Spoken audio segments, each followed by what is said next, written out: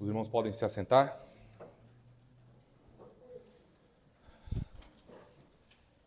Meus irmãos, graça e paz do nosso Rei Jesus. Amém.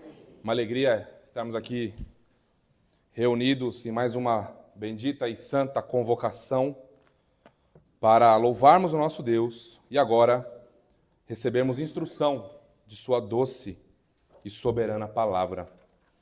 Como os irmãos são bem atentos na leitura do boletim, vocês perceberam que a pregação de agora será exatamente no mesmo texto que foi pela manhã. Eu quero dizer aos irmãos que isso não foi combinado, tá bem? Isso não foi, né, André? Isso não foi combinado. Temos Vitinho também e Rafa no nosso grupo da liturgia como testemunhas.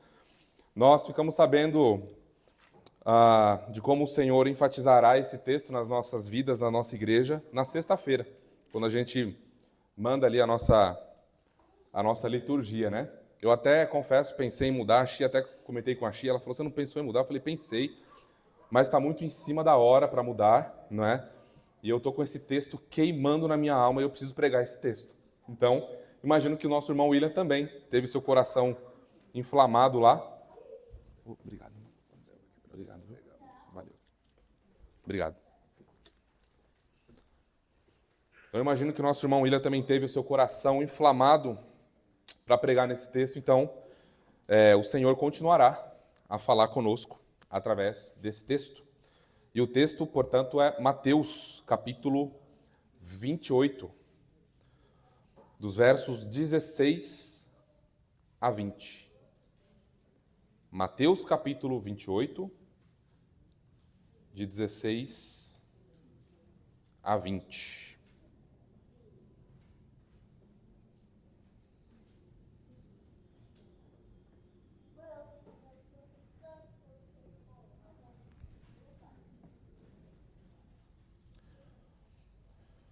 Leamos, meus irmãos, a Santa Escritura.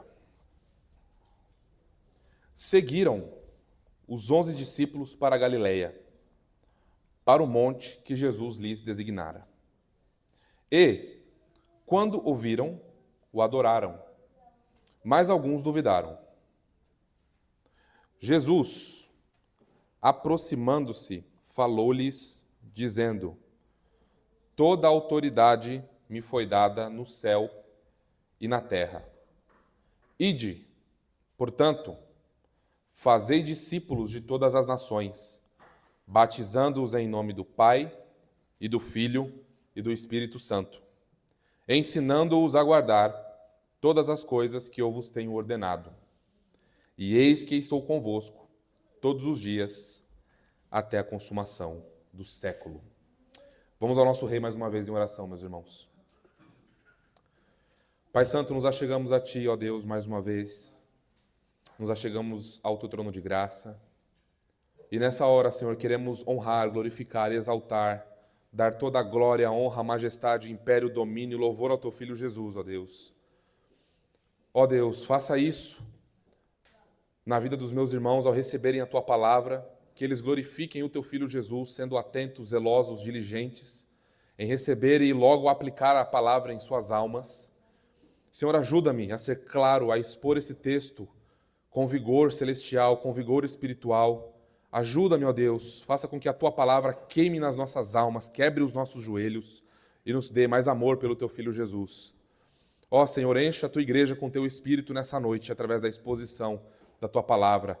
Dá-nos santificação, dá-nos graça, dá-nos arrependimento verdadeiro, Senhor. Dá-nos santa disposição de fazermos discípulos e proclamarmos o Teu santo e glorioso nome às nações. Ó Senhor, oramos assim gratos no Teu Filho Jesus. Amém e amém. Meus irmãos, certa vez foi perguntado a um influente pregador. Uma pergunta muito boa foi feita a ele. A pergunta que foi feita para ele foi a seguinte: na sua opinião, qual seria ou qual é a maior estratégia de Satanás por nosso tempo? O pregador recebeu essa pergunta, não é? E pensou por um tempo. E aí então ele respondeu. E a resposta dele foi a seguinte: olha, sua pergunta é excelente. E nós realmente precisamos pensar sobre isso. A maior estratégia de Satanás para o nosso tempo, não só para o nosso tempo, mas para todos os tempos, eu penso que é a seguinte. Imagine o seguinte cenário. Pense na realidade brasileira. Presídios fechados. Casas de prostituição fechadas. Inexistentes. Pornografia não mais disponível. Ruas limpas. Sabe essa sujeira que a gente vê esses ímpios fazendo aqui do lado? Imagina que não tem mais. Tudo limpinho, maravilhoso, todo mundo zelando pela criação, né? Submissão total às leis de trânsito. Para quem dirige, sabe, a gente precisa às vezes sair de casa com jejum e oração, né, para dirigir. Submissão total às leis de trânsito. Nem um filisteu fechando você, nem um motoqueiro louco chutando o seu retrovisor, nada disso. Nem um caminhoneiro querendo jogar você no rio. Nada. Submissão total às leis de trânsito. Eu sei que isso aqui já seria o suficiente, não é? Mas ele continuou. Nenhuma criança sendo abortada. Nenhuma criança sendo assassinada no ventre de sua mãe ou de suas mães. Essa aqui também é boa, hein? Crianças obedientes. Filhos que ouvem uma vez só. Obedientes. Sim, senhor, papai. Sim, senhora, mamãe. Sim, titio. Sem estresse, sem briga, sem luta, sem birra. Igrejas superlotadas. Talvez você tenha olhado para esse último item e talvez você já tenha estranhado, não é? Toda a resposta, todos os pontos que ele colocou. Talvez você... Mas espera aí, esse é um cenário muito bom. Esse é um cenário perfeito. Esse é um cenário que eu desejo para minha casa, para minha família, para meus filhos, minha esposa, a minha sociedade, o meu país. Imediatamente, a pergunta que você fará é a mesma que eu fiz quando eu li isso. Qual o problema com tudo isso? Isso não é maravilhoso? Pense mais uma vez. Igrejas lotadas. Igrejas reformadas lotadas. O povo lendo livros de teologia reformada. O povo lendo sobre essas coisas. Alta teologia. Moralidade bela. Maravilhosa. Tudo muito bom, não é?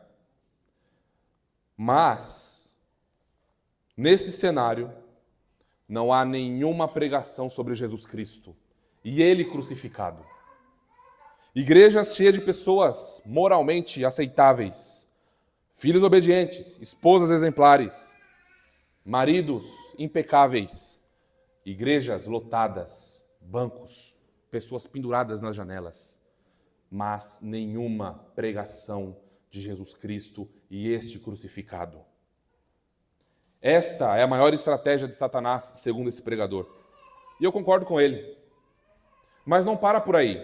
Da mesma forma, muitos cristãos, agora não olhando mais para a igreja de maneira corporativa e geral, agora de maneira particular, para o teu coração, para a tua vida e para a tua alma, muitos cristãos caíram no engano do diabo e perderam a consciência em relação à sua missão no mundo. Cristãos estão dormindo. Talvez você esteja dormindo. Talvez você esteja enganado pelo diabo e talvez eu acabei de descrever você. Saiba disso. Você está desperdiçando a sua vida se não tem dado a sua vida para fazer discípulos de Jesus Cristo. Vou repetir. Você está desperdiçando a sua vida vivendo em vão se você não tem dado a sua vida para formar discípulos de Jesus Cristo, para fazer discípulos de Jesus Cristo. Então agora vem a nossa afirmação teológica deste sermão. O título desse sermão é A Glória de uma Igreja Verdadeira.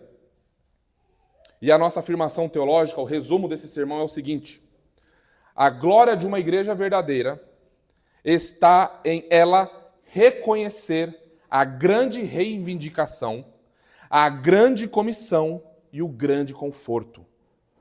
Tudo isso veremos no texto que acabamos de ler. Portanto, aqui está a divisão do nosso sermão. Título da mensagem: A Glória de uma Igreja Verdadeira. E aí, a glória de uma igreja verdadeira está em, primeiro ponto, reconhecer a grande reivindicação, verso 18. Segundo ponto, reconhecer a grande comissão, versos 18 a 20, parte A. E terceiro ponto, reconhecer o grande conforto, versículo 20, a parte B. Para as crianças, a palavrinha para vocês pesquisarem com seus papais é comissão. Bom, vamos, portanto, ao nosso primeiro ponto do nosso sermão.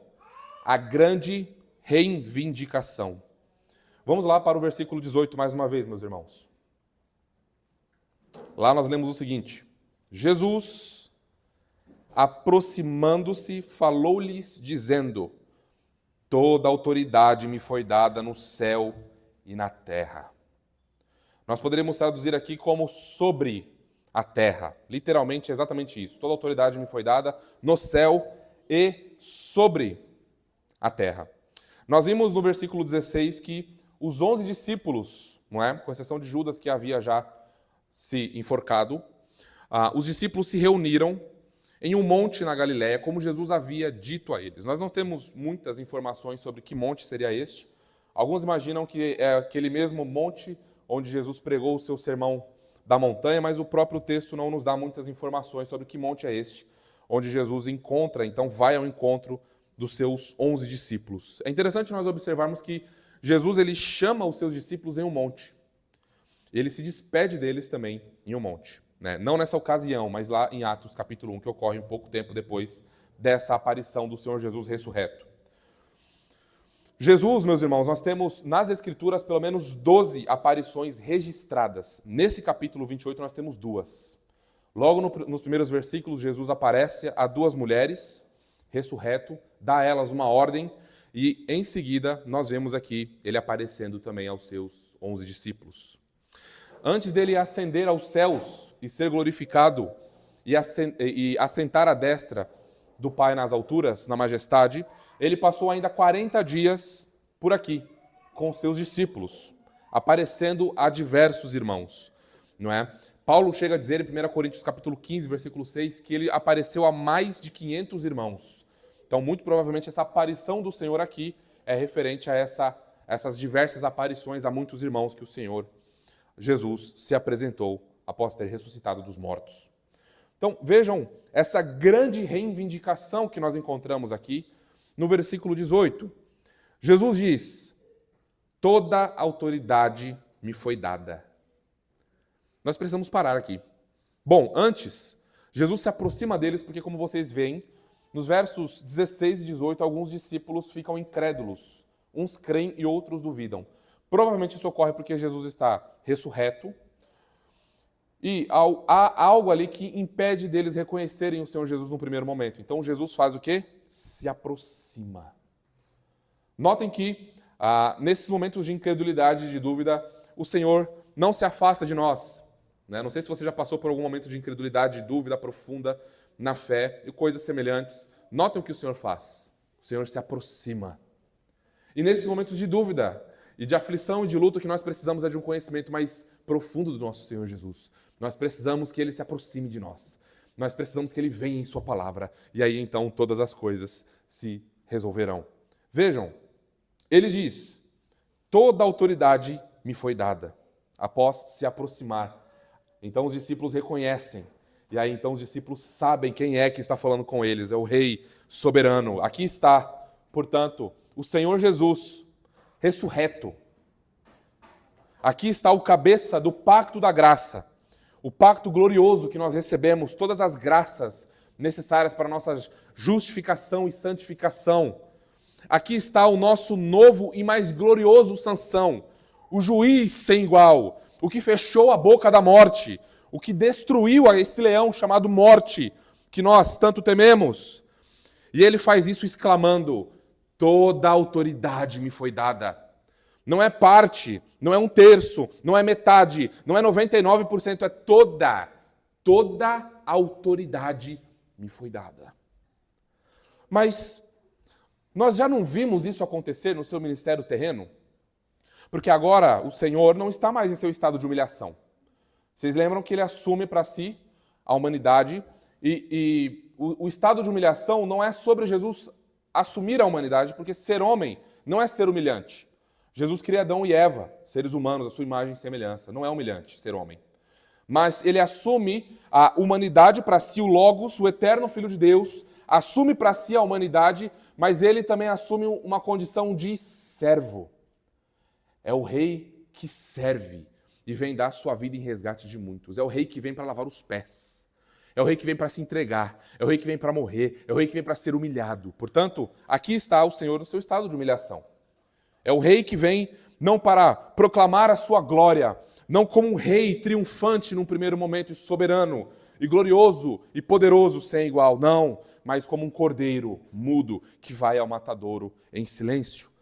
Nós não vimos o Senhor já demonstrar autoridade, por exemplo, sobre enfermidades? Vimos. Quantas e quantas pessoas o Senhor não curou no seu estado de humilhação? Deus homem. Nós já não vimos, antes da sua ressurreição, a sua autoridade sobre os demônios? Vimos.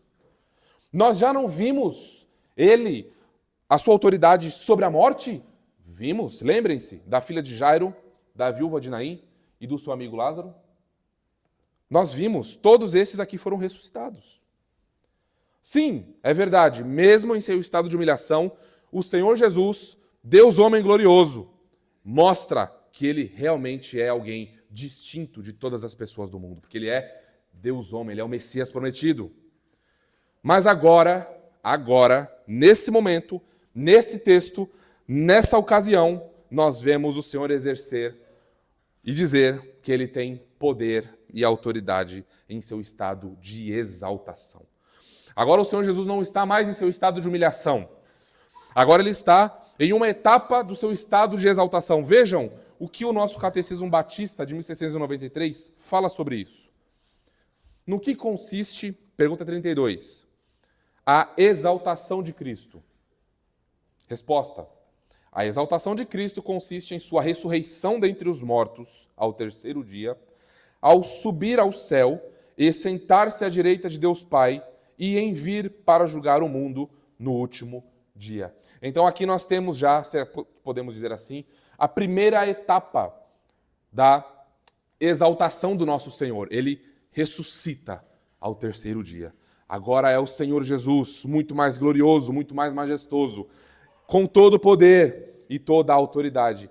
Com toda certeza, os ouvintes, discípulos e judeus, ao lerem esse Evangelho de Mateus, que é direcionado principalmente aos judeus, para que eles creiam em Jesus, muito provavelmente uma profecia veio à sua mente e à sua memória, ao seu coração, que é a profecia de Daniel 7, 13 a 14. E lá nós lemos assim, ó: E eu estava olhando nas minhas visões da noite, e eis que vinha com as nuvens do céu, como filho do homem, e dirigiu-se ao ancião de dias, e o fizeram chegar até ele.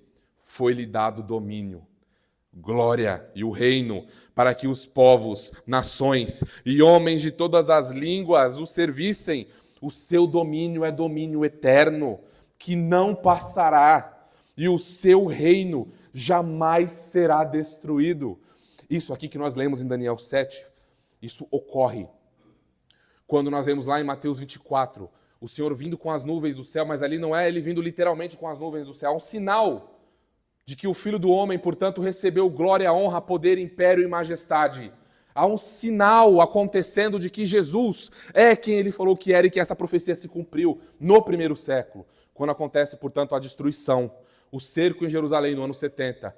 O Senhor Jesus recebendo glória, domínio, honra, império e majestade, vindo em julgamento nas nuvens dos céus contra o povo que o rejeitou, contra o povo que o matou. Eles não disseram, caia sobre nós o seu sangue? Pois bem, ele caiu, e o Senhor Jesus veio em glória e honra como esse rei guerreiro poderoso e devastou os ímpios que o rejeitaram. Ali, portanto, termina a glória da nação física de Israel, não é? E aí, portanto, aqui nós vemos, meus irmãos, Jesus não mais como um cordeiro, mas como um leão. Não mais como um cordeiro que será morto, não mais como um cordeiro que será rejeitado, mas como um leão que virá e devorará os seus inimigos. Não mais como um rei servo, mas como um rei exaltado e guerreiro, que conduz o seu povo em vitória pelo seu espírito sobre os seus inimigos. É isso que nós encontramos aqui. Mas nós ainda precisamos definir o que significa essa autoridade que o Senhor diz que tem. Ele ressurge dos mortos, ele acaba com a morte, inicia a nova criação e vem ao seu povo, vem aos seus discípulos, vem aos seus apóstolos, vem à sua igreja e diz toda a autoridade. E aqui é muito importante nós sabermos o que é isso. Autoridade ou poder, nós poderíamos traduzir por autoridade ou por poder aqui. Significa que o Senhor está dizendo que ele tem direito de dominar ou governar. Significa que ele tem o nome sobre todo o nome. Ele tem todo o direito de dominar e governar. Nós cantamos e lemos o Salmo de número 2, não é? Permita-me ler novamente o versículo 6. Eu, porém, constituí o meu rei sobre o meu monte santo, o monte Sião. O que nós vemos aqui, meus irmãos, é que Jesus, junto com o Pai e o Espírito, ele tem todo o poder. Ele é Deus, não é? A única essência divina, indivisível. Pai, Filho e Espírito são o único Deus verdadeiro. Mas Jesus, como Deus, homem, ele recebe, não é? Ele recebe a sua humanidade como Deus homem, ele, como segundo Adão, por ele cumprir todos os requisitos do pacto, ele então recebe do Pai todo o poder e toda a autoridade, que ele conquistou. Ele é o representante da nova criação, ele é o representante da sua igreja, e nele nós encontramos tudo o que é necessário para que o seu povo seja salvo e tenha os seus pecados destruídos e sejam salvos da ira divina. Com a ressurreição de Jesus Cristo, fica provado para o mundo inteiro, principalmente para os judeus, fica provado que ele é o rei davídico prometido. Lembrem do pacto davídico, onde Deus diz que o governo, o reinado, o domínio não se apartaria de Davi, o trono de Davi subsistiria para sempre. Vocês se lembram disso? Alguns esperam isso num futuro milênio terreno, onde o Senhor Jesus virá de maneira física e corpórea e sentará, portanto, se assentará no trono de Davi e reinará e governará o mundo a partir de lá. Meus irmãos, isso é uma loucura. Não há nada na Escritura que dê base para isso. O trono de Davi, a pessoa de Davi, era uma sombra, um tipo de algo muito mais glorioso que viria, do próprio Senhor Jesus e do seu trono celestial. A prova disso está em Atos, capítulo 2, 29 a 32, que eu lerei agora. Lá diz o seguinte, apóstolo Pedro pregando: Irmãos, seja-me permitido dizer-vos claramente a respeito do patriarca Davi, que ele morreu e foi sepultado, e o seu túmulo permanece entre nós até hoje. Sendo, pois, profeta, e sabendo que Deus lhe havia jurado que um dos seus descendentes se assentaria no seu trono, prevendo isto, referiu-se à ressurreição de Cristo, que nem foi deixado na morte, nem o seu corpo experimentou corrupção. A este Jesus, Deus ressuscitou, do que todos nós somos testemunhas. Pense um pouco sobre isso. Pense nas figuras mais importantes que já passaram por essa terra. Pense em Platão, Maomé, Isaac Newton, Albert Einstein, Leonardo da Vinci, George Washington, William Shakespeare, Alexandre o Grande, Freud, Albert Einstein, Rousseau, Carlos Magno, Karl Marx, Cristóvão Colombo, Buda, Allan Kardec. Pense nessas personagens, pense em outras. Todas elas estão mortas. Todas elas morreram. Todas elas foram sepultadas. Todas elas estão lá, debaixo da terra. Mas Jesus Cristo está vivo. Ele ressuscitou para a justificação do seu povo. Ele é o primeiro da nova criação. Não há ninguém como Jesus. Aqui está, portanto, o prometido de Judá. O rei está no seu trono. Tremam diante dele todos os povos, porque o rei verdadeiro e prometido está aqui. E ele se levantou e ele diz: toda autoridade me foi dada. Amém. Mas não para por aí. Toda autoridade foi dada. Ainda no versículo 18, continue olhando comigo. No céu e sobre a terra. Ele tem domínio, autoridade e governo no céu e sobre a terra. Isso significa que tem implicações políticas envolvidas. Significa que temos implicações religiosas envolvidas. Significa que nós temos implicações cósmicas, porque ele é o rei de todo o universo. São implicações espirituais e implicações físicas. Ele não é só um rei que governa no coração dos eleitos de maneira espiritual e invisível. esse reino, esse governo, esse domínio se manifesta na cultura, se manifesta no mundo. Nós não somos cristãos 007. Esse domínio, esse reinado se manifesta, transformando vidas, fazendo o seu evangelho avançar, fazendo o reino das trevas cair. Não é só um reino espiritual no coração dos eleitos. Esse é um erro grotesco, que tem uma implicação terrível. E a implicação terrível é, se Jesus é o Senhor da sua vida, tudo bem, você está salvo. Daqui a pouco vem um arrebatamento, você será tirado daqui, ou daqui a pouco vai explodir uma grande perseguição e você vai ser morto, mas esse governo espiritual está no seu coração. Não! Esse é um erro! É um erro que precisa ser evitado. Com isso, os cristãos estão mornos, estão parados, estão apáticos, esperando alguma coisa. Por que eu vou fazer? Por que eu vou me dedicar a algo para fazer o reino de Jesus avançar? Daqui a pouco eu sou arrebatado mesmo, tomara que venha logo. Eu vou ser arrebatado porque o bicho vai pegar aqui. Porque vem o anticristo e vai arrebentar com tudo. Ou do outro lado, não, poxa, as coisas vão de mal a pior, vai tudo piorar. Que é isso, gente? Vamos fechar essa igreja. Vamos embora, daqui a pouco vem uma grande perseguição aí, todo mundo vai ser morto, vai ser degolado em praça pública. Para que isso? Vamos ser crente nas nossas casas, tá tudo certo. Implicações dessas visões erradas, terríveis. Jesus tem toda a autoridade no céu. Ele tem toda a autoridade sobre os anjos, toda a autoridade sobre os demônios, toda a autoridade sobre o inferno. E ele tem toda a autoridade sobre a terra. Significa que ele tem autoridade sobre todos os reis, todos os governantes da terra. A terra é dele, o mundo é dele, o legislador é ele tem domínio, ele tem todo o poder e toda a autoridade. Veja, por exemplo, como que os primeiros cristãos receberam isso. Pouco mais adiante, o Espírito foi dado. Os discípulos covardes, fugindo com medo, recebem o Espírito. E está lá Pedro pregando: vocês crucificaram o Senhor da glória, arrependam-se. E quase mais de 3.000 almas ali são salvas e são batizadas. Pouco tempo depois, o mundo foi virado de ponta cabeça ao longo dos anos. Governantes se levantaram, perseguindo a igreja. Homens se levantaram, querendo acabar com a fé cristã. E onde eles estão? Mortos. Onde está a igreja militando e avançando pelo reino daquele que tem todo o poder? Amém. No céu e na terra. Aqui, meus irmãos, é necessário que reconheçamos isso. A grande reivindicação. Jesus reivindica: ei, foi-me dado todo o poder no céu e sobre a terra. Portanto, o que cabe a nós aqui? Submissão. Submissão total. Não existe, mas isso aqui, Senhor, submissão total. Ele é esse rei glorioso. As nações se prostram e elas se prostrarão. Daqui a pouco nós veremos isso em alguns textos bíblicos aqui. A grande promessa, a grande esperança que a igreja deve nutrir em relação ao avanço do evangelho no mundo. Mas aqui para nós, nesse momento, a você, a mim, às nossas almas, cabe plena submissão. O que é que o Senhor ensina? Plena submissão. O que é que ele ordena? Plena submissão. O que é que ele exige? Plena submissão. O que é que ele fala que eu devo fazer? Plena submissão.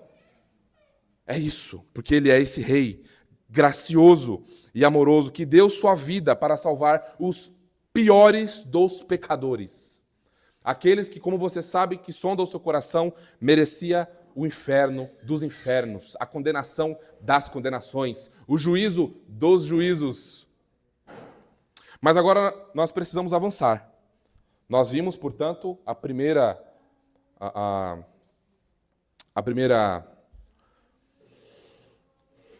grande reivindicação que nós precisamos reconhecer. E agora nós precisamos reconhecer o segundo ponto do nosso sermão, a grande comissão. São nos versos 19 a 20. Isso que nós acabamos de ver é uma introdução, é um prefácio para essa ordem que nós vamos ver agora. Aqui nós temos uma ordem, nós temos um imperativo para a igreja, para os discípulos de Jesus, que só pode ser plenamente observado se nós considerarmos o prefácio que acabamos de ver. Essa ordem que nós veremos agora só faz sentido se olharmos para aquele que acabou de dizer. Essa ordem não vem do nada, não vem aleatória, ela tem uma introdução. Quem está ordenando? Quem é?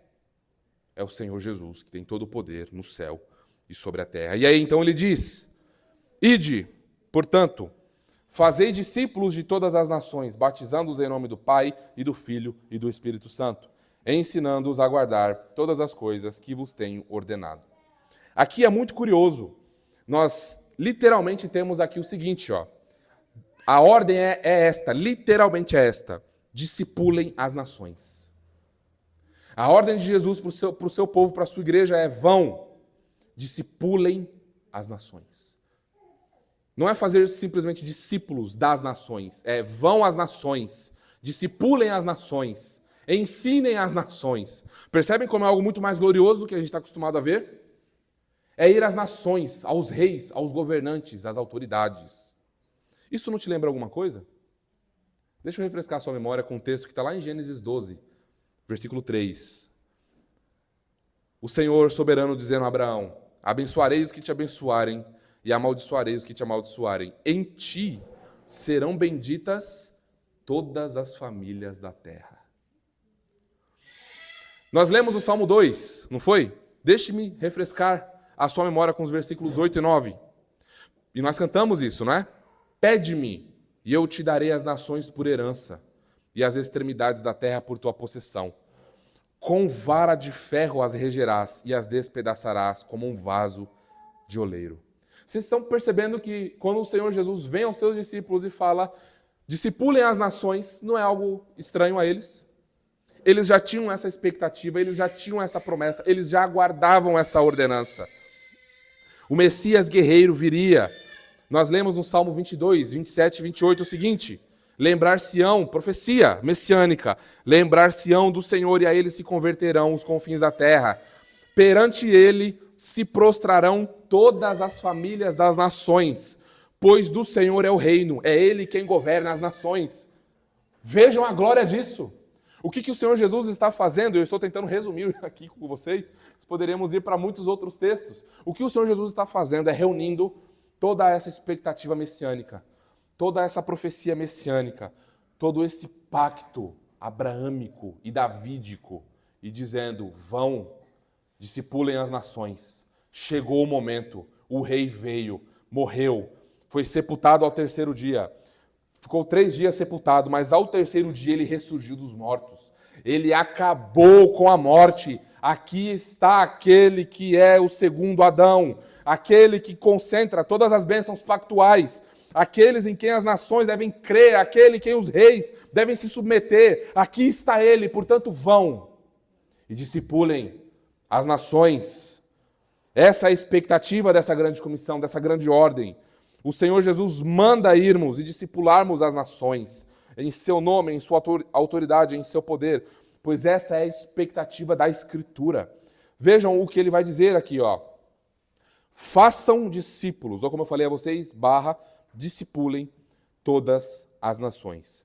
O nosso texto da Almeida Revista Atualizada está literalmente assim: fazei discípulos de todas as nações. Essa porção aqui que vocês estão vendo, fazei discípulos, é uma palavra só, que a gente precisa de 2 para traduzir a realidade dela.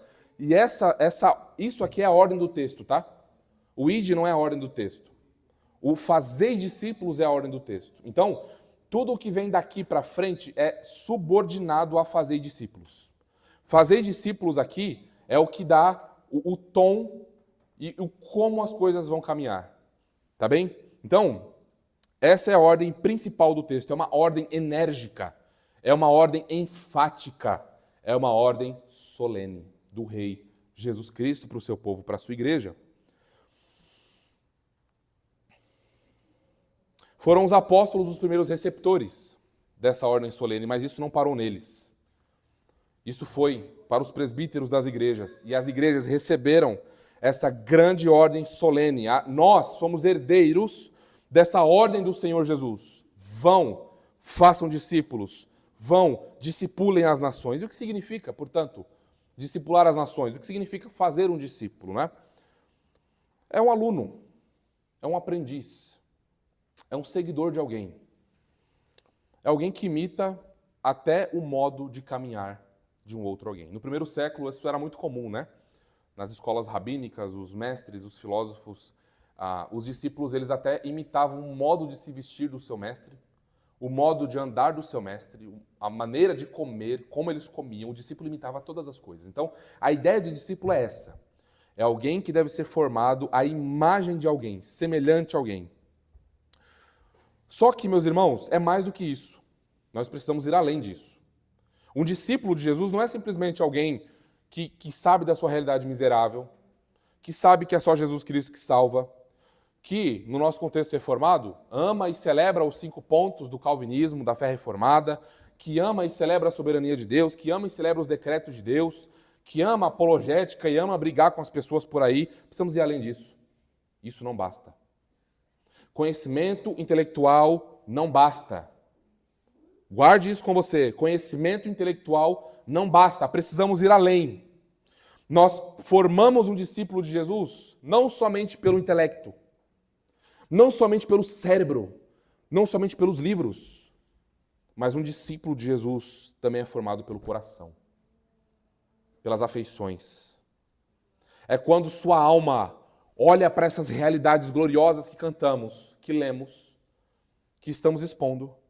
É quando a nossa alma se inflama ao olhar para tudo isso e diz: isso é meu, isso precisa ser meu, eu quero isso, desejo isso, isso precisa mudar a minha vida, eu quero isso, eu quero ser transformado por isso. Aqui sim, nós temos um discípulo sendo formado, um coração batendo, e os ritmos falando um nome. A cada batida do coração há um nome que sai. A cada batida do coração há um ritmo que forma uma canção. A cada batida do coração é possível ouvir: Jesus é o Senhor da minha alma. Jesus é o Senhor da minha alma. Jesus é o Senhor da minha alma. Ele é o rei da minha casa. Ele é o rei do meu coração. Jesus perdoa os meus pecados. Ele é o rei soberano não só do mundo das nações, não só da igreja, mas meu pessoal, meu redentor pessoal. Ele me salvou. Ele me justificou. Daqui para frente, nós temos um discípulo. Até que isso aconteça, nós não temos discípulos. Nós temos pessoas que são simpáticas. Pessoas que gostam do Evangelho. Pessoas que acham legal falar da soberania de Deus. Pessoas que acham maravilhoso dizer que não depende do homem a salvação, nem do seu livre-arbítrio, coisas dessa natureza. Nós temos simpáticos. Não temos discípulos. Se o teu coração não queima por essas verdades, se essas verdades não transformam a tua alma, não movem você a reformar a sua vida, a pensar nos seus pecados e a desejar reforma espiritual, você não é um discípulo. O seu coração ainda não foi alcançado. Você pode ter muita boa teologia na sua mente, no seu coração, mas o seu coração ainda permanece duro. A ira de Deus ainda está sobre você. E você sabe do que eu digo, porque se esse é o seu caso, a tua consciência esmaga você nessa hora. E você tenta correr para tudo quanto é lado, para se distrair, mas você sabe que é de você que o Senhor está apontando nessa hora. É de você que Ele está falando. É do seu coração rebelde e duro. Mas aqui cabe uma pergunta, portanto. Como é que nós discipulamos alguém? Como que discipulamos as nações? Como que nós vamos, portanto, fazer discípulos? E aí, portanto, a ordem nós temos: vão e façam discípulos. Aí agora nós vemos como nós fazemos discípulos. O começo do versículo diz: ide, ou vão. A ordem que antes era, lembram? A gente vai lendo os evangelhos e a gente vê algumas coisas que nos chamam a atenção. Jesus fala para os seus discípulos não irem às cidades dos samaritanos. Ele fala para não irem onde há os gentios. Ele fala: ide, portanto, às ovelhas perdidas da casa de Israel. Não é isso? A gente vê isso. Mas agora nós vemos esse mandamento se transformando em algo universal. O Senhor mudou de ideia? Óbvio que não. Mas há um aspecto, há um momento na história da redenção onde profecias e promessas vão se desdobrando. Notem que o plano de Deus de abençoar o mundo é desde Abraão. Ou melhor, desde antes da fundação do mundo, não é? Em que, na semente de Abraão, que não é Isaac, que não é Jacó, né? Não é Israel, é Jesus Cristo a semente prometida. Por isso que, para sermos filhos de Abraão agora, não é por descendência física, não é porque o meu filho é o meu filho, filho de crente, ele não é crente, que ele vai fazer parte do povo de Deus. Não, não é isso. Agora, para alguém ser filho de Abraão, é pela fé em Jesus. Alguém que não tem fé em Jesus não é filho de Abraão, não é herdeiro das promessas. Paulo diz em Romanos 8, aquele que não tem o Espírito de Cristo não pertence a Cristo. Os nossos filhos não nasceram de novo, eles têm o Espírito de Cristo? A conta é simples e fácil, não é? Então vejam, agora, O pacto abraâmico encontra em Jesus Cristo o seu pleno cumprimento. Vão, discipulem as nações. Todas as pessoas, se nós lemos Marcos, nós vamos ver, vão e preguem o evangelho a toda criatura. Aqui, nós precisamos pensar em 2 níveis. O primeiro nível é o nível corporativo, é o nível da igreja local, olhando para essa realidade, olhando para o seu Senhor, contemplando a sua glória e meditando como fazer para cumprir isso da melhor maneira possível. Então nós temos a igreja pensando em missões, por exemplo. Nós temos a igreja olhando, vejam, só faz sentido pensarmos em missões se nós temos essa convicção que a Escritura nos dá, de que o reino de Jesus Cristo vai avançar e vai triunfar sobre os seus inimigos antes da segunda vinda. Essa é a esperança gloriosa do Evangelho. Não faça teologia assistindo Cidade Alerta, tá bom? Faça teologia lendo a Escritura, meditando na Escritura, olhando para as missões, vendo como o Evangelho está avançando no mundo. Não fique fechado na sua bolha, senão você vai se desesperar e não vai ter muita esperança para você. Então, olhe para a Escritura. Então, só faz sentido pensarmos, por exemplo, em plantação de igrejas com essa bendita esperança. Que o Senhor da igreja, o cabeça da igreja, tem todo o poder no céu e na terra. E quem é que pode pará-lo? Nós cantamos, não foi? Quem é que pode... me fugiu agora. Como é que é? Quem é que pode se opor ao seu poder? Levante-se aqui, quem pode? Alguém aqui? Alguém no céu? Alguém no inferno?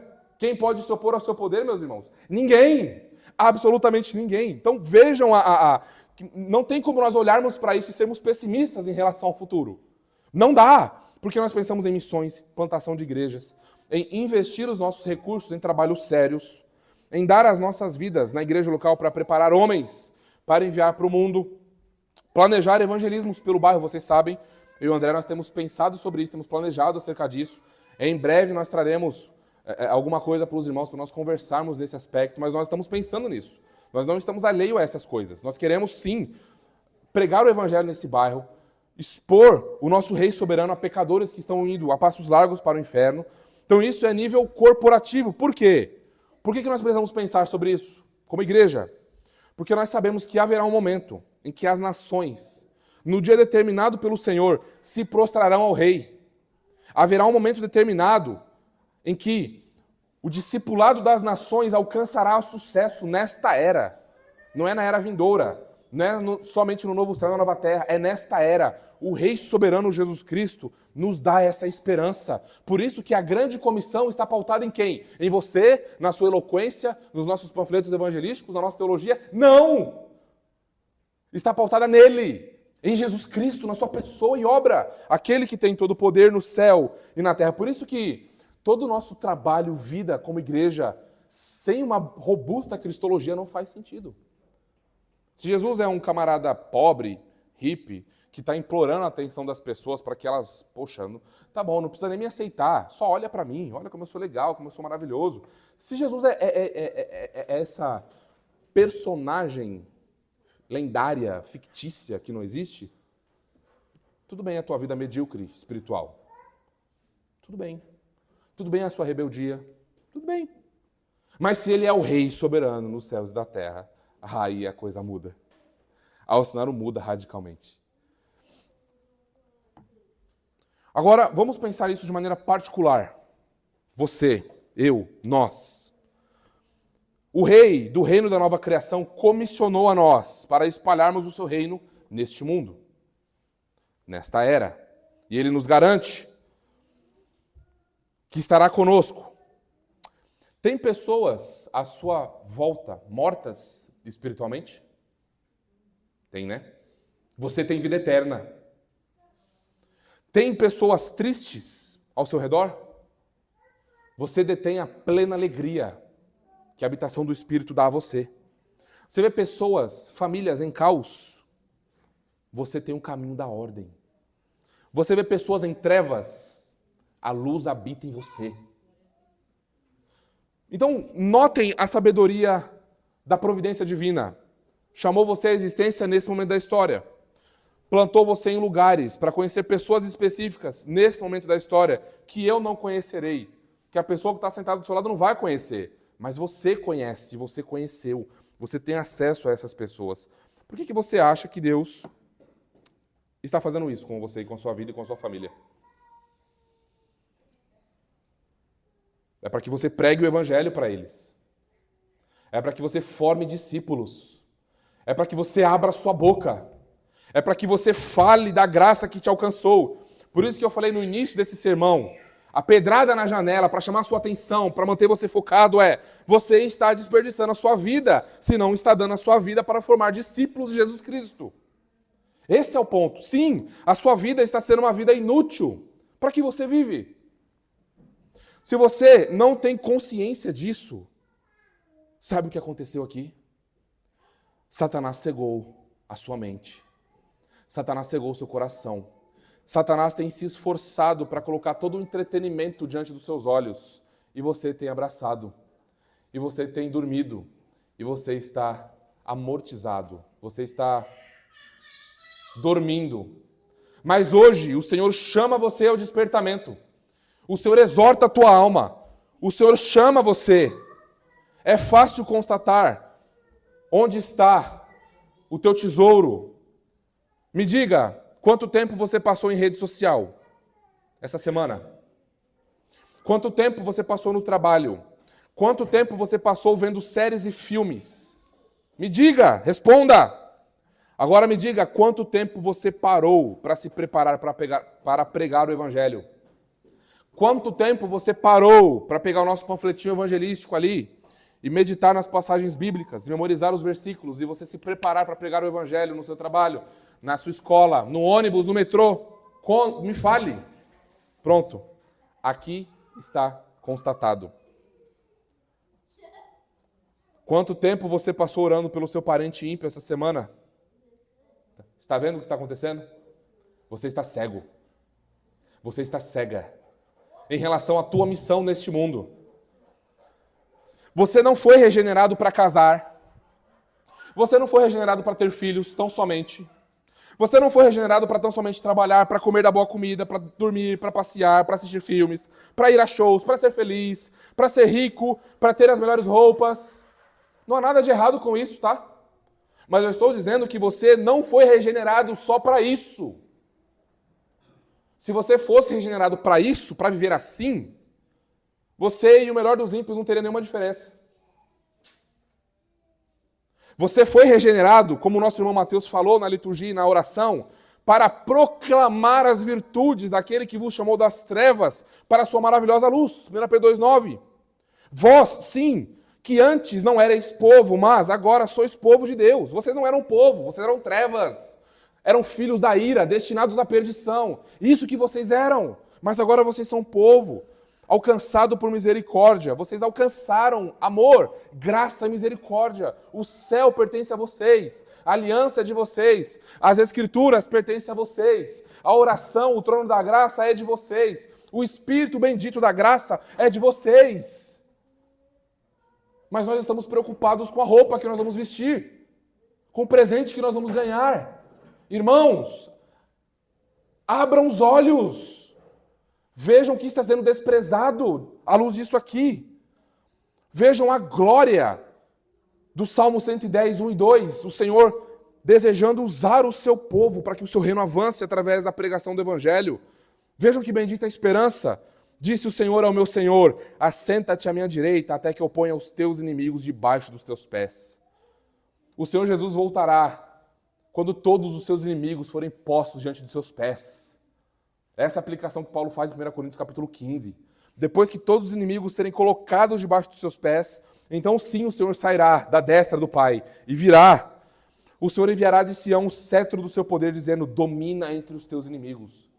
Não são os inimigos do Evangelho que devem dominar, meus irmãos. Sabe por que eles estão dominando? Porque a igreja está dormindo. Porque eu estou dormindo, porque você está dormindo. Nós estamos brincando de cristianismo. Deus nos chama para irmos e batalharmos e pelejarmos pelo Evangelho. E o que é que nós estamos fazendo? Dormindo. Metaforicamente falando, claro. Precisamos despertar. Precisamos ser chacoalhados pelo Senhor aqui. Não podemos sair daqui, ouvir esse sermão e viver do mesmo jeito. Isso deve nos chamar a atenção. Essa exortação é para a tua alma, para o teu coração, e para a minha alma e para o meu coração também. Outra maneira, portanto, 1 fazer discípulos indo, precisamos ir e pregar o evangelho, agora batizando. Olha lá no versículo 19. Ide, portanto, fazei discípulos de todas as nações, batizando-os em nome do Pai, do Filho e do Espírito Santo. Aqui, a gente é batista, né? Então aqui a gente está em terreno tranquilo para nós. Batismo significa imergir em água. Não dá para correr daqui, é mergulho, tá? Você precisa descer as águas, mergulhar as águas. O campeão da Reforma Protestante concorda com a gente, então está tudo certo. João Calvino afirma isso em seus comentários com todas as letras e ainda afirma que essa era a prática da igreja antiga, tá bem? Ele concorda conosco, então tá tudo certo. O batismo, ele é também sinal e selo de alguém que foi regenerado, que está unido a Jesus Cristo e faz parte do pacto da graça. O pacto da graça, que nós falamos diversas e diversas vezes aqui, meus irmãos, nada mais é do que a nova aliança feita no sangue do nosso Redentor Jesus Cristo. Tá? Por que pacto da graça? Porque é uma aliança de graça, não é uma aliança de obras. Não é faça a sua parte e Deus faz a dele. Não, Deus fez tudo. As obras, Jesus Cristo cumpriu as obras. Quando falarem numa conversa sobre o evangelho, falaram assim, mas o que eu tenho que fazer? Jesus já fez tudo. Você deve se submeter a ele e ter fé nele, e parar de ser soberbo e querer fazer alguma coisa para chamar a atenção do Senhor, não é? O batismo é uma exigência solene que a pessoa tenha fé, e que a pessoa possa professar a sua fé, mas que também demonstre por sua vida frutos dignos de arrependimento. Notem, batismo, alguém que foi batizado não nasceu de novo necessariamente, ok? O batismo, ele é um lavar externo do corpo, não é? Que simboliza e aponta para uma ação interna, um lavar regenerador interno do espírito na alma daquele pecador. Então, o batismo ele é um testemunho público de uma obra interna que já foi realizada no coração do eleito. E isso se confirma, portanto, com o batismo. Por isso que não existem cristãos que não são batizados. Claro, se as circunstâncias permitirem, né? Porque nós temos pessoas que conhecem o evangelho e estão acamadas. Pessoas que conhecem o evangelho no leito do hospital, em coma, na UTI, desculpa. Nesses contextos, e é um pouco complicado batizar essas pessoas. Algumas é possível, outras não.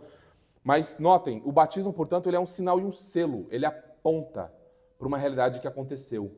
Então, se você nasceu de novo e não foi batizado ainda, no curso de membresia nós teremos a alegria de, ao final, matar você, né, sepultar você na água para que você nasça em novidade de vida, que é isso que significa, não é, o batismo. Você é unido a Jesus Cristo em sua morte, você é sepultado, por isso que você imerge na água. E você levanta, você ressuscita em novidade de vida. A partir daí nós temos um irmão em Jesus Cristo que verdadeiramente está unido a Jesus. Então exige arrependimento, exige fé, exige profissão de fé. Então, quem que nós devemos batizar? Apenas aquelas pessoas que desde a antiga aliança podiam servir a Deus como sacerdotes, só, ninguém mais. Deve ser batizado todo aquele que pode servir a Deus como sacerdote. Então, essas pessoas nós batizamos. Vamos avançar aqui, meus irmãos. O batismo também, ele é um juramento. Quando alguém é batizado, ele está jurando em público. Vejam como isso é sério. Ele está jurando diante dos céus, diante de Deus, diante da igreja que está batizando, diante do mundo, diante do inferno. Aquela pessoa que está sendo batizada, ela está fazendo um juramento solene. Ela está dizendo assim: não pertenço mais ao reino das trevas. Não pertenço mais ao diabo. Satanás não é mais o rei do meu coração e da minha vida. Agora eu pertenço ao reino do Senhor Jesus.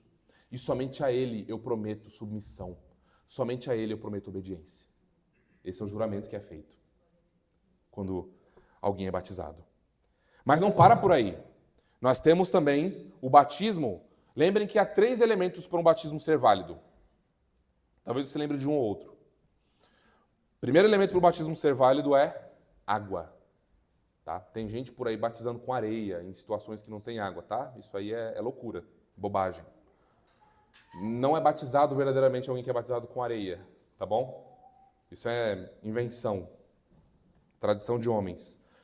O outro elemento que faz um batismo ser válido são 3, tá? O primeiro é água, tem que ser com água. O segundo é em nome do Deus verdadeiro. Olha lá comigo o texto. Fazei discípulos de todas as nações, ou discipulem as nações, batizando em nome do Pai, do Filho e do Espírito. Aqui. É em nome do Deus verdadeiro que nós batizamos alguém. Aqui nós temos uma revelação totalmente explícita da plena divindade do Filho, do Espírito e do Pai. E além disso, nós temos também aqui nesse texto escancarado diante de nós como há apenas um nome. Não são 3 nomes. Não são 3 deuses. Mas um nome. O nome do Deus verdadeiro, o grande Yahvé. E quem é? É Jesus Cristo, é o Pai e é o Espírito. Aqui está o grande Yahvé revelado diante de nós, a trindade divina. O batismo cristão, portanto, é administrado no nome do Deus verdadeiro. Aqui nós temos o segundo elemento que faz um batismo ser válido. Nós lembramos do Pai na nossa eleição e predestinação. Nós lembramos do Filho em assumindo a humanidade plena, morrendo, derramando o seu sangue, comprando a igreja para si, ressuscitando ao 3º dia, matando a morte. Nós lembramos da nossa bendita união mística com Ele. Nós lembramos do Espírito, que nos convence do pecado, da justiça e do juízo. E Ele é o responsável por aplicar a obra de Jesus Cristo nas nossas almas. Então, nós honramos a Deus aqui quando nós batizamos em nome do Pai, do Filho e do Espírito. O terceiro elemento, ele é a fé. Então, um batismo para ser verdadeiro, ele precisa de fé verdadeira, ele precisa ser em nome do Pai, do Filho e do Espírito e precisa ser administrado com água, tá bem? Sem isso, nós não temos um batismo válido, nós temos um batismo falso.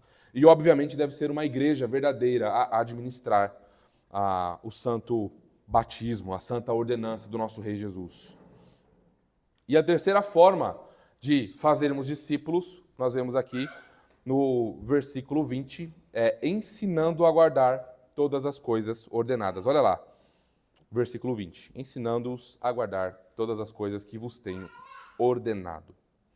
É interessante nós mencionarmos, irmãos, que apesar de a ordem estar façam discípulos, batizem e ensinem a guardar, apesar de o ensino aparecer um pouco depois do batismo, não significa que nós não temos ensino antes, tá? A construção literária aqui do texto, ela não obriga que primeiro eu batize alguém e depois pregue o evangelho para esse alguém. Não exige isso, tá bem? Antes de batizar, nós precisamos pregar. O discípulo precisa ser formado, os frutos precisam ser dados. Então ele é batizado. E aí então o discipulado continua. Não termina nunca. Nós somos ensinados a guardar as coisas que o Senhor tem ordenado. Esse guardar aqui é mais do que ouvir. Nós ouvimos muitas coisas, né? Mas nós não colocamos muitas coisas que nós ouvimos em prática por aí. Mas o santo evangelho da graça, o ensino que recebemos, nós precisamos ser exortados a guardar. É aqui onde o poder da oração, pela graça de Deus, faz com que o ensino que recebemos desça para o nosso coração e promova as mudanças. Isso é guardar. Eu preciso alertar você de uma coisa. Lembre que se você é apenas um ouvinte da palavra e você não é praticante, você é alguém que está se auto-enganando, sendo Tiago capítulo 1. Você está se auto-enganando. Se você ouve o evangelho, mas você não guarda, isso não transforma a sua vida, você não vê a preciosidade disso, você precisa arrepender do seu pecado. Porque a justiça de Deus ainda paira sobre a sua cabeça. Deus ainda está irado com você. Você não foi reconciliado com Jesus Cristo. Notem como isso é sério, como isso é solene. Então, nós precisamos guardar, não é? Nós precisamos ensinar esses novos discípulos a guardar todas as coisas. Nos primeiros séculos da igreja, a igreja primitiva ela tinha muito zelo. Antes de admitir alguém como membro na igreja local, os irmãos, a liderança, os pastores, os presbíteros verificavam se aquela pessoa realmente tinha se arrependido, se dava frutos de arrependimento verdadeiro, se realmente via os seus pecados, se realmente estava se arrependendo dos seus pecados e se tinha, obviamente, um conhecimento básico da fé cristã. Esse zelo, ao longo do tempo, parece que se perdeu, não é? Com esse pragmatismo, com esse desejo de agradar as pessoas. O que nós podemos fazer para... Não tem jovem na igreja, o que a gente faz? Vamos colocar no Google aqui e ver a tendência atual dos jovens. O jovem gosta, sei lá, de uma parede branca, não gosta, ele gosta de uma parede pichada, de uns desenhos estranhos, de uns papéis de parede assim, de uns vitrôs legais, né?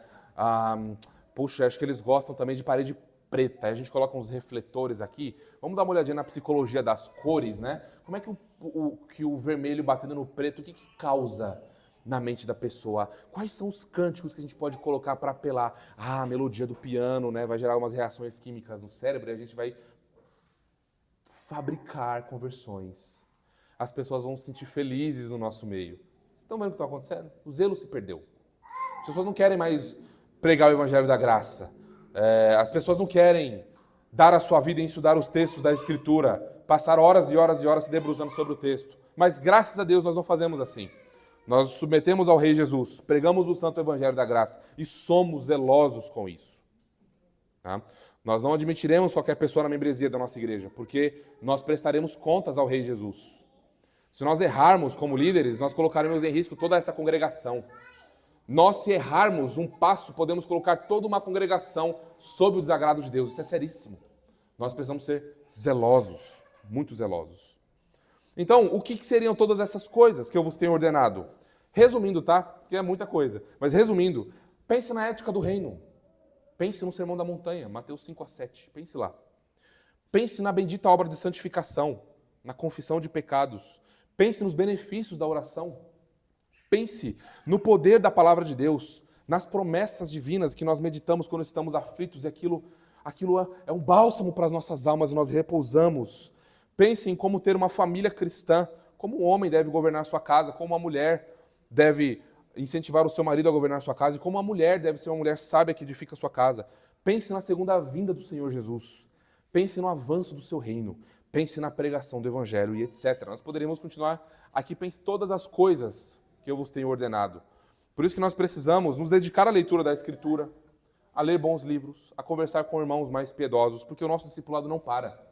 Ele é contínuo, ele cresce. E à medida que nós crescemos, os outros irmãos vão crescendo também. À medida que nós vamos sendo santificados, os nossos filhos e esposas vão sendo santificados, nossos maridos vão sendo santificados, nossos irmãos, a nossa igreja vai sendo santificada, percebem? Nós não paramos, nós precisamos ter essa fome por Deus, essa fome por Jesus Cristo. E aqui, um outro aspecto disso é que os cristãos, portanto, devem se submeter ao ensino daqueles homens que foram chamados por Jesus Cristo para continuar ensinando o seu povo.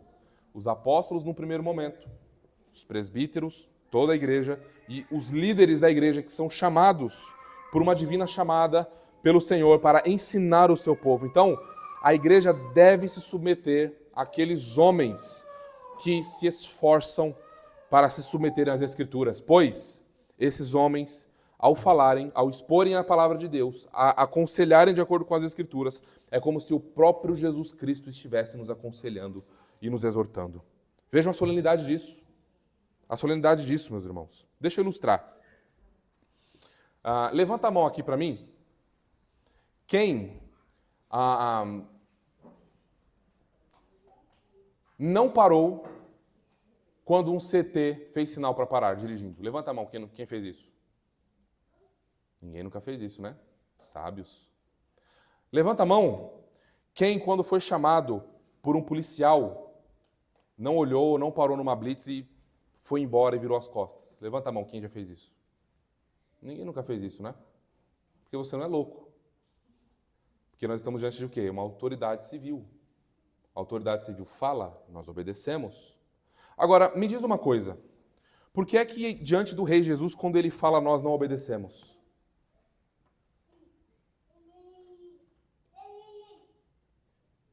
Significa que nós temos mais fé, nós reconhecemos mais a autoridade de um policial que não sabe nem o nosso nome, de um CT que não sabe nem onde a gente mora, do que o Rei que nos comprou com o seu sangue. Meus irmãos, aqui nós precisamos dobrar os nossos joelhos e falar: Senhor, aqui a minha incredulidade foi escancarada. Eu tenho mais fé na autoridade do policial do que na tua. O policial tem mais autoridade sobre a minha vida do que o Senhor no meu lar, do que o Senhor na minha casa. Meus irmãos, nós precisamos nos arrepender disso. O nome disso é incredulidade. Incredulidade. não temos fé. Temos rejeitado o nosso Senhor soberano, que tem toda a autoridade no céu e na terra. Temos virado as costas para Ele.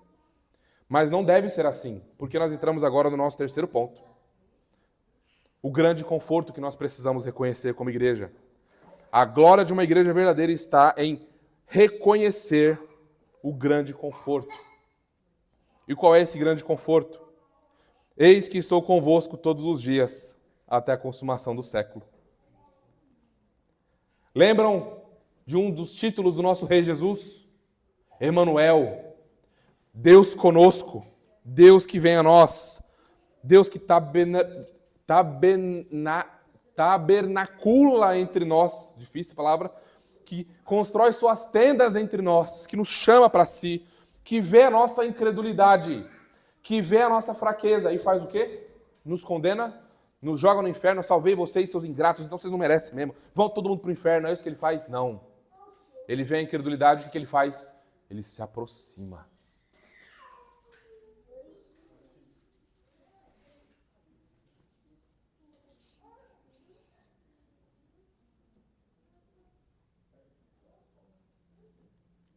Ele vê a fraqueza do seu povo. Ele não vira as costas. Ele se aproxima.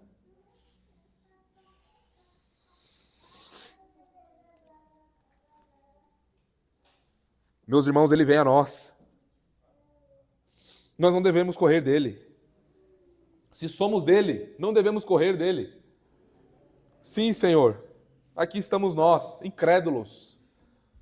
Aqui estamos nós, Senhor, fracassados, humilhados, cegos. Aqui estamos nós, Senhor, diante da Tua palavra com os nossos pecados escancarados, como essa luz que nós vemos. Mas, Senhor, nós somos Teus. O Senhor nos comprou. O Senhor é o nosso Deus. O Senhor é o Rei soberano. O Senhor morreu e ressuscitou por nós. Nós somos Teus. Senhor, sim, não escondemos os nossos pecados. Nós nos achegamos ao Senhor. Nos achegamos ao Senhor para receber toda a graça que o Senhor prometeu. Nos achegamos ao Senhor para percebermos mais do Teu amor, da Tua graça, da Tua majestade. Porque o Senhor está conosco todos os dias, até a consumação dos séculos. Ele envia os apóstolos. Ele envia Moisés em seu bendito nome, o grande eu sou. E agora ele envia a sua igreja. Ele envia o seu povo. Vão, porque eu estou com vocês. Na fraqueza eu estou com vocês. No desespero eu estou com vocês. Na incredulidade, olhem para mim. Venham, me busquem todos os que estão cansados e sobrecarregados, e eu darei alívio a vocês. Venham a mim, busquem a minha presença, busquem a minha face, arrependam-se, deixem de ser soberbos, arrogantes, e olhem para mim, eu que sou o seu rei, o seu Senhor, e que tenho toda a autoridade sobre a sua alma, porque eu comprei você. E aqui nós podemos ficar tranquilos. Sabe por quê? Porque o avanço do reino não é com base na nossa eloquência, não é com base na nossa oratória, não é com base no nosso conhecimento teológico. O reino de Deus avança no poder do Espírito. Ele usa você, o mais simples. Ele usa você, o mais erudito, o mais estudado.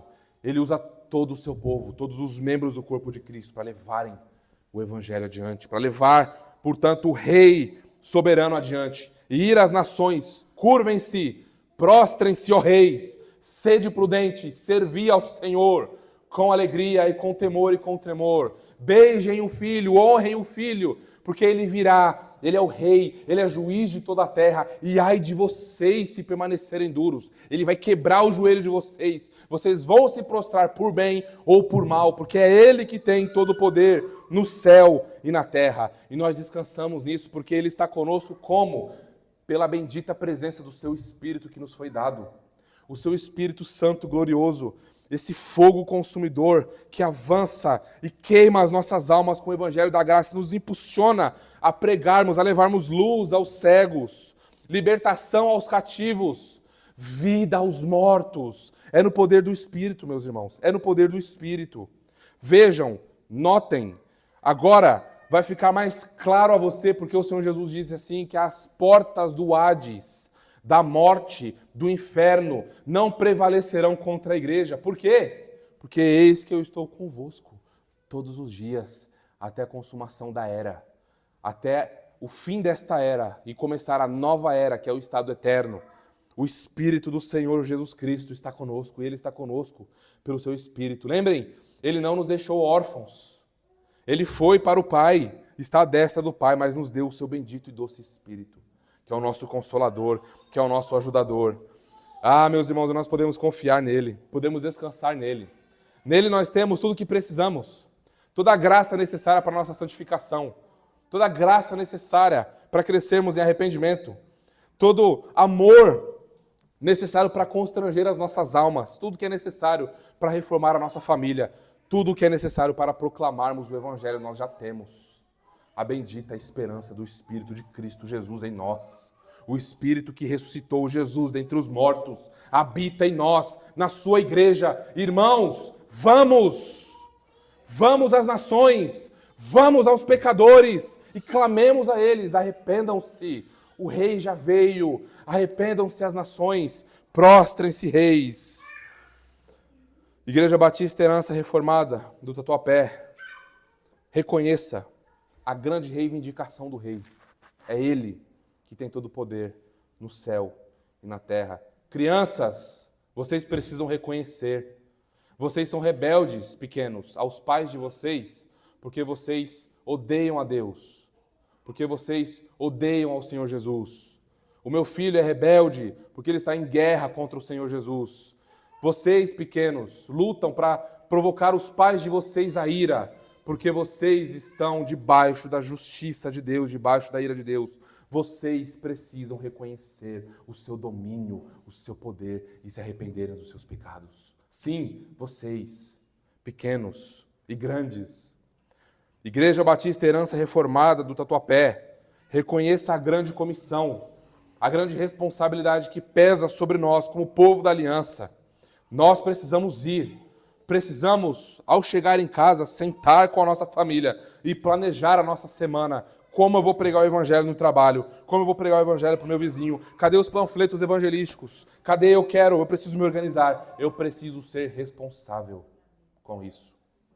E nós também devemos reconhecer o grande consolo. Não estamos abandonados no vento ou no escuro. O Senhor está conosco pelo seu Espírito. Portanto, irmãos, Igreja Batista, Herança Reformada do Tatuapé, à luz dessa bendita esperança e dessa exortação que recebemos, avancemos com a nossa missão de pregar o Evangelho da Graça nesta geração e neste bairro, para a glória do nosso Deus. Porque o reino do nosso Senhor Jesus avança e ai de quem ficar na frente. Ele é soberano e nada pode impedir o seu avanço. Amém? Vamos orar. Pai Santo, louvamos o teu santo nome por Jesus. Te louvamos, Senhor, por nele, pelo poder do teu Espírito, ter nos feito discípulos. Muito obrigado, Senhor, por ter nos tirado das trevas e por nos ensinar a tua palavra e continuamente nos ensinar e nos discipular com a tua palavra através dos nossos irmãos, através dos nossos pastores, através da nossa igreja. Senhor, nós rogamos a ti que nos dê um coração submisso à autoridade do teu Filho Jesus, uma disposição em pregarmos o Evangelho da Graça. Desperta no Senhor, aviva no Senhor, dá-nos uma disposição de alma que perceba o tamanho da responsabilidade que pesa sobre nós. Ó Senhor, rogamos a ti por uma consciência da presença do teu Espírito conosco, nos fortalecendo, nos guiando e nos santificando. Nós oramos assim, ó Pai, no teu Filho Jesus. Amém e amém.